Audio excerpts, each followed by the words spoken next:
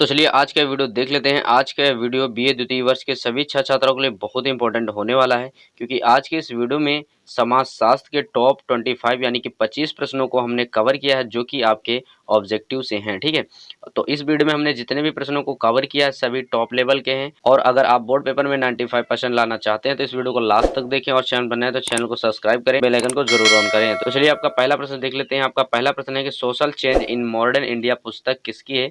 Social change in modern India जो पुस्तक है वह किसने लिखी है, तो इसका राइट आंसर होगा ऑप्शन ए यानी कि एम.एन. श्रीनिवास की। ठीक है, ऑप्शन ए इसका राइट हो जाएगा, यानी कि एम.एन. श्रीनिवास की है। ठीक है, आपका अगला प्रश्न है कि एम.एन. श्रीनिवास के अनुसार भारत में एक नए वर्ग का उदय हुआ है, वह नया वर्ग कौन सा है, तो इसका राइट आंसर होगा आपका ऑप्शन सी यानी कि नए संप्रभात। ठीक है, ऑप्शन सी इसका राइट हो जाएगा। आपका अगला प्रश्न है कि श्रीनिवास के आधुनिकीकरण की प्रक्रिया में किस सन से तेजी आने की बात कही है, तो इसका आपका राइट आंसर होगा ऑप्शन ए यानी कि 1947 है। ठीक, ऑप्शन ए इसका राइट हो जाएगा।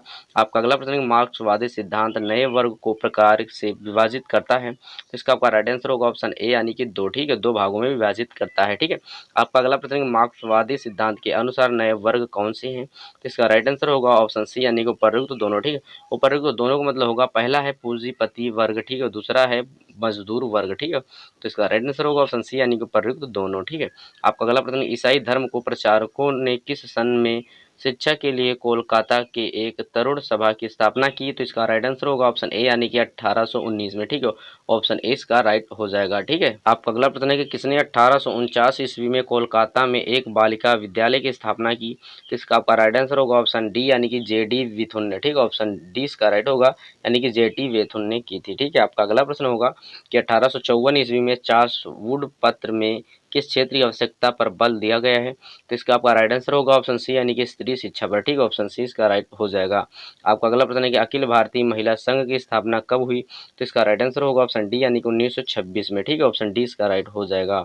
1926 में अखिल भारतीय महिला संघ की स्थापना हुई थी। ठीक है, आपका अगला प्रश्न है किस अधिनियम में व्यवस्था की गई है कि पिता की संपत्ति में पुत्र के साथ पुत्री की बराबर की हकदारी होगी, तो इसका राइट आंसर होगा ऑप्शन सी यानी कि 1956 के हिंदू उत्तराधिकारी अधिनियम में। ठीक है, ऑप्शन सी इसका राइट होगा। आपका अगला प्रश्न है कि भारतीय टेलीविजन की शुरुआत कब की गई।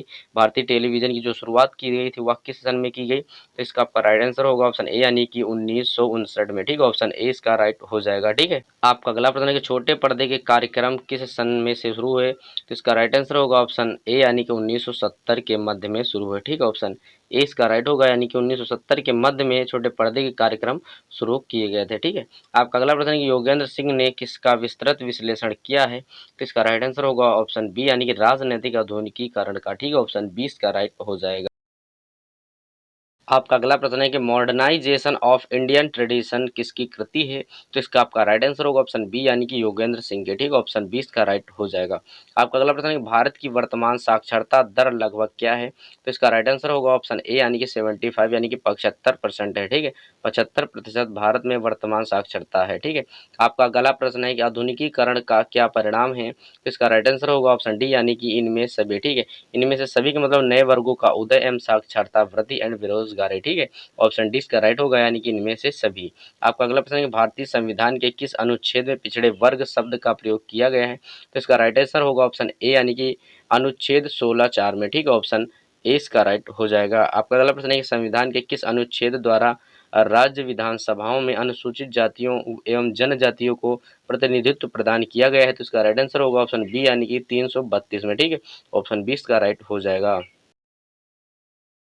आपका अगला प्रश्न है कौन सी स्वैच्छिक एजेंसी अति महत्वपूर्ण ढंग से अनुसूचित जनजातियों के कल्याण हेतु कार्यरत है, तो इसका राइट आंसर होगा ऑप्शन बी यानी कि भारतीय आदिम जाति सेवा संघ। ठीक है, ऑप्शन 20 का राइट हो जाएगा। ठीक है, आपका अगला प्रश्न है भारतीय संविधान के अनुच्छेद 17 का उद्देश्य है, तो इसका राइट आंसर होगा ऑप्शन सी यानी अस्पृश्यता का उन्मूलन। ठीक है, ऑप्शन सी इसका राइट हो जाएगा। आपका अगला प्रश्न संविधान के किस अनुच्छेद के अनुसार अनुसूचित जातियों एवं अनुसूचित जनजातियों के लिए एक आयोग का गठन किया जाना चाहिए, तो इसका राइट आंसर होगा ऑप्शन बी यानी कि अनुच्छेद 164। ठीक है, ऑप्शन 20 का राइट हो जाएगा। ठीक है, आपका अगला प्रश्न है किसने दलित वर्ग कल्याण लीग की स्थापना की थी, तो इसका राइट आंसर होगा ऑप्शन डी यानी कि भीमराव अम्बेडकर। ठीक है, ऑप्शन डी इसका राइट हो जाएगा। ठीक है, आपका अगला प्रश्न है कि लोकसभा तथा राज्यों की विधानसभाओं में अनुसूचित जातियों एवं जनजातियों के लिए स्थान सुरक्षित रखने की व्यवस्था आरंभ की गई थी। तो इसका राइट आंसर होगा ऑप्शन बी यानी कि 20 वर्षों के लिए। ठीक है, ऑप्शन 20 का राइट हो जाएगा। ठीक है, आपका अगला प्रश्न है, स्थान जहां 1/2 जनसंख्या कृषि कार्य करती है वहां 1/3 लोग द्वितीयक तथा तृतीयक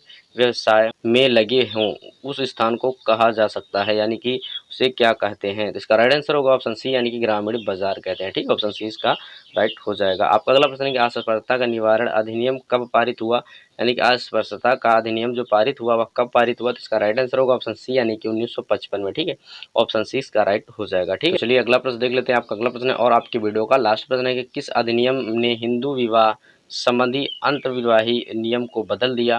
तो इसका आपका राइट आंसर होगा ऑप्शन बी यानी कि हिंदू विवाह अधिनियम 1955। ठीक है, ऑप्शन 20 का राइट हो जाएगा। ठीक है, तो गाइस उम्मीद करते हैं सभी प्रश्न आपके लिए बहुत इंपॉर्टेंट रहे होंगे। अगर रहे तो वीडियो को लाइक करें और चैनल पर नए हैं तो चैनल को सब्सक्राइब करें और बेल आइकन को जरूर ऑन करें, क्योंकि हमारा आने वाला नेक्स्ट वीडियो आपको मिस ना हो और उसका नोटिफिकेशन आपके पास सबसे पहले पहुंचे। तो गाइस मिलते हैं नेक्स्ट वीडियो में, तब तक के लिए बाय, टेक केयर।